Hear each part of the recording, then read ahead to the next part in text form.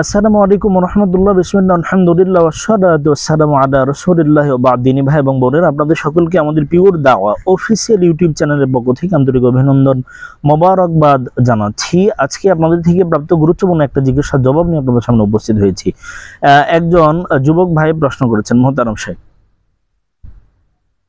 বাবা মায়ের অমতে, পিতামাতার অসম্মতিতে কোনো দিনদার পাত্রীকে যদি আমি বিয়ে করতে চাই, সেক্ষেত্রে বাবা মা যদি অসম্মত থাকে, সেক্ষেত্রে বিবাহ করাটা বৈধ হবে কিনা? আমি শুধুমাত্র তার দিনদারিতা দেখেই তাকে বিয়ে করার জন্য আমি ইচ্ছা করছি, এক্ষেত্রে শরিয়া ইসলাম কি বলে এটা জানালে উপকৃত হব। রাসূলুল্লাহ সাল্লাল্লাহু আলাইহি ওয়াসাল্লাম বিবাহের ক্ষেত্রে দিনদারিতাকে প্রাধান্য দেওয়ার ব্যাপারে আল্লাহ রাসূল সাল্লাল্লাহু আলাইহি ওয়াসাল্লাম বলেছেন।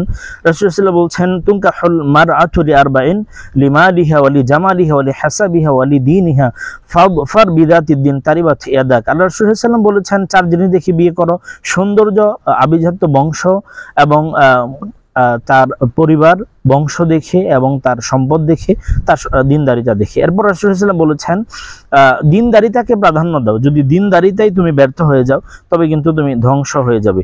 তার মানে রাসূল সাল্লাল্লাহু আলাইহি ওয়াসাল্লাম দিনদারিতাকে প্রাধান্য দেওয়ার কথা বলছেন। অতএব মা বাবাকে বিষয়টি সুন্দরভাবে তাদেরকে একটু বোঝানোর চেষ্টা করা, তাদের বোধগম্য করার চেষ্টা করা যে আমি এখানে কোন জিনিসটাকে, রাসূল সাল্লাল্লাহু আলাইহি ওয়াসাল্লাম যেভাবে বলছেন আমি কিন্তু সেই জিনিসটাকে প্রাধান্য দিচ্ছি।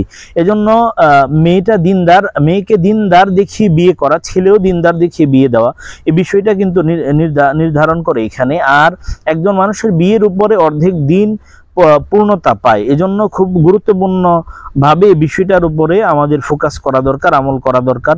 এজন্য রাসূল সাল্লাল্লাহু আলাইহি ওয়াসাল্লাম এই কথা বলছেন। আর অন্যান্য হাদিসে এই কথা বলছেন, পিতা মাতার উচিত হচ্ছে যে সন্তানকে দিনদার বিবেচনা করে, দিনদারিতা বিবেচনা করে সন্তানকে বিয়ে করানো, অন্য কোনো কিছু দেখে নয়।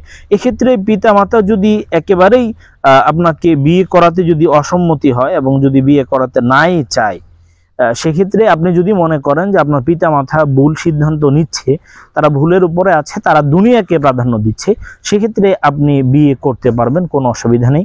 কিন্তু মেয়ের ক্ষেত্রে যেন মেয়ের অভিভাবকরা অবশ্যই আপনার বিয়েতে অংশগ্রহণ করে, কারণ অভিভাবকবিহীন মেয়েদের বিয়ের ক্ষেত্রে কিন্তু রাসূল সাল্লাল্লাহু আলাইহি ওয়াসাল্লাম হাদিসের স্পষ্টভাবে আসছে, ফানিকাহুহা বাতিলুন ফানিকাহুহা বাতিলুন ফানিকাহুহা বাতিলুন।